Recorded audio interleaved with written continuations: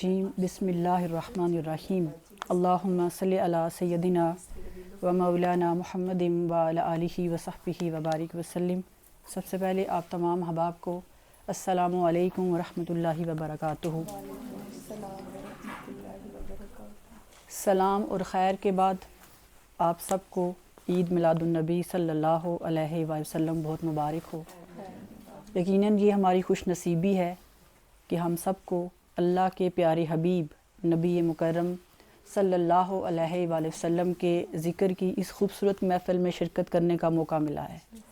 یقیناً یہ اللہ تعالیٰ کی عطا اور اس کا کرم ہے، کیونکہ جب تک اللہ تعالیٰ کی عطا نہیں ہوتی انسان خود کچھ بھی نہیں کر سکتا۔ اس لیے آپ نے اگر میری پہلی سپیچز بھی سنی ہیں تو میں ہمیشہ یہ کہتی ہوں کہ جب بھی ہم دعا مانگیں توفیق کی دعا مانگا کریں۔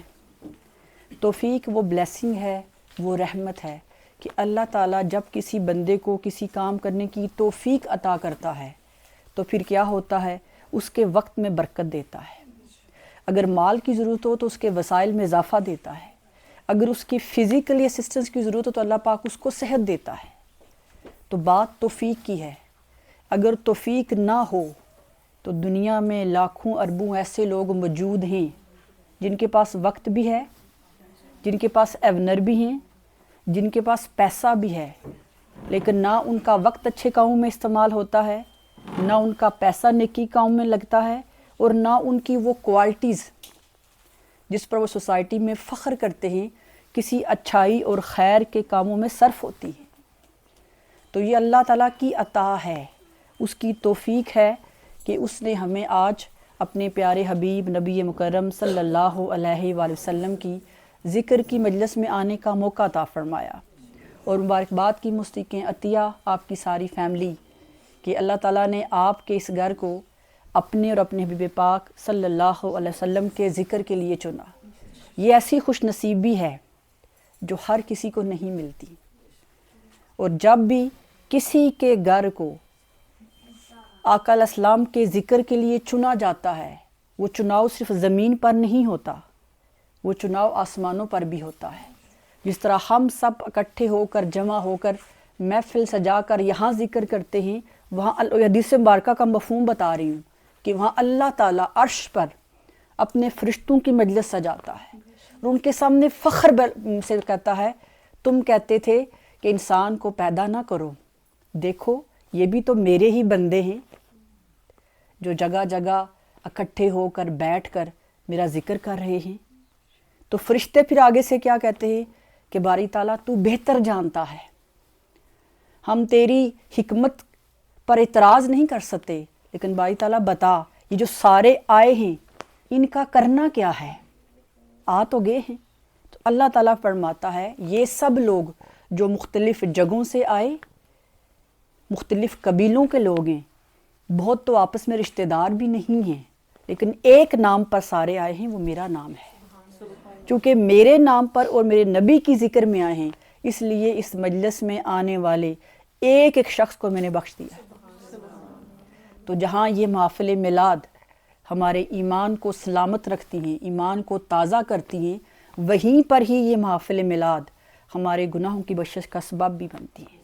اس لیے جہاں سے کبھی کہیں سے انویٹیشن آئے، جب موقع ملے، اور یاد رکھیے موقع خود نہیں ملتا، موقع بنانا پڑتا ہے، موقع نکالنا پڑتا ہے۔ نیکی کبھی پلیٹ میں رکھ کے ہمارے سامنے نہیں رکھی جائے گی، نہ ٹائم پلیٹ میں رکھا جائے گا کہ اب آپ کے پاس ٹائم ہے تو آپ یہ کر لو۔ تو جب خوش نصیبی دعوت دے تو سوچا نہ کریں جائیں نہ جائیں۔ اکثر ایسے ہوتا ہے، ہمیں کسی محفل کی دعوت ملتی ہے نا تو ہم کیا کرتے ہیں، سب سے پہلے اپنا کیلنڈر چیک کرتے ہیں۔ اچھی بات ہے، ہم کیلنڈر پہ چلنے والے لوگ ہیں، ہم دیکھتے ہیں اچھا یہ والا بھی، یہ سارے کام دیکھنے کے بعد پھر ہم سوچتے ہیں کیا ہمیں اس محفل میں جانا چاہیے یا نہیں۔ بتائیے، ہم ایسا ہی کرتے ہیں۔ بالکل دنیا کے کام بہت ضروری ہیں، میں اس کا انکار نہیں کر رہی۔ جب ہم اللہ کے ذکر کو، عبادت کو پیچھے ہٹا دیتے ہیں نا، اس کو پیورٹی میں نہیں رکھتے، تو یاد رکھیے اللہ تعالیٰ بھی ہمیں ایسے قوم میں الجھا دیتا ہے کہ پھر ہمارے پاس نیکی کرنے کا وقت نہیں ہوتا۔ تو میری انبفالنگ ہے کہ جب اس طرح کی مجلس کی دعوت ملے فوراً اپنے ذمہ انکار نہ کریں میں تو نہیں جا سکتی، بلکہ اس نیت سے اپنے کیلنڈر میں فل کریں کہ باری تعالیٰ مجھے وقت میں برکت دے کہ میں جا سکوں۔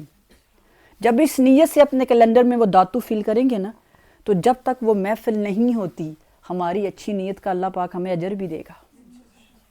جب پہلے ہم نے لوک لگا دیا کہ میں تو جا سکتی ہی نہیں، تو پھر رحمت کہاں سے آئے گی؟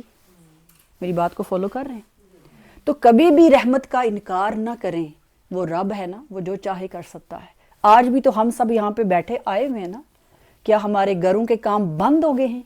گھر والے بھوکے ہیں؟ بتائیے، دنیا چل رہی ہے، دوڑ رہی ہے، ہمارے یہاں بیٹھنے سے کتنا بڑا نقصان کسی کا ہو گیا ہے؟ بتائیے، مینج کیا ہے نا، کام بھی وہی ہیں، دنیا بھی وہی ہے، روٹین بھی وہی ہے، لیکن ادھر آنے کے لیے ہم نے مینج کیا ہے کیونکہ یہ ہماری پیورٹی میں تھا۔ اس بات کو کرنے کا مقصد یہ ہے کہ ہم سب 24 آورز صرف دنیا کمانے اور دنیا کو راضی کرنے کے پیچھے پڑے ہوئے ہیں۔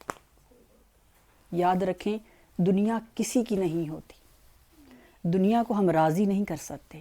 ہاں، ایک ذات ایسی ہے، وہ اللہ تعالیٰ کی، اگر اس کو راضی کرنے کے لیے انسان ایفرٹ کرے وہ فوراً مان جاتا ہے، اور جب وہ راضی ہوتا ہے پھر اتنا کچھ انسان کو عطا کرتا ہے، پھر کوئی کمی نہیں رہتی، پھر کوئی آزمائش نہیں رہتی۔ تو کوشش کریں جب اس کی رحمت پکارے تو لاک نہ کر دیں کہ میں تو کر ہی نہیں سکتی۔ کیا آج ہم کر سکتے تھے؟ اسی نے توفیق دی ہے تو ہم آج آئے ہیں۔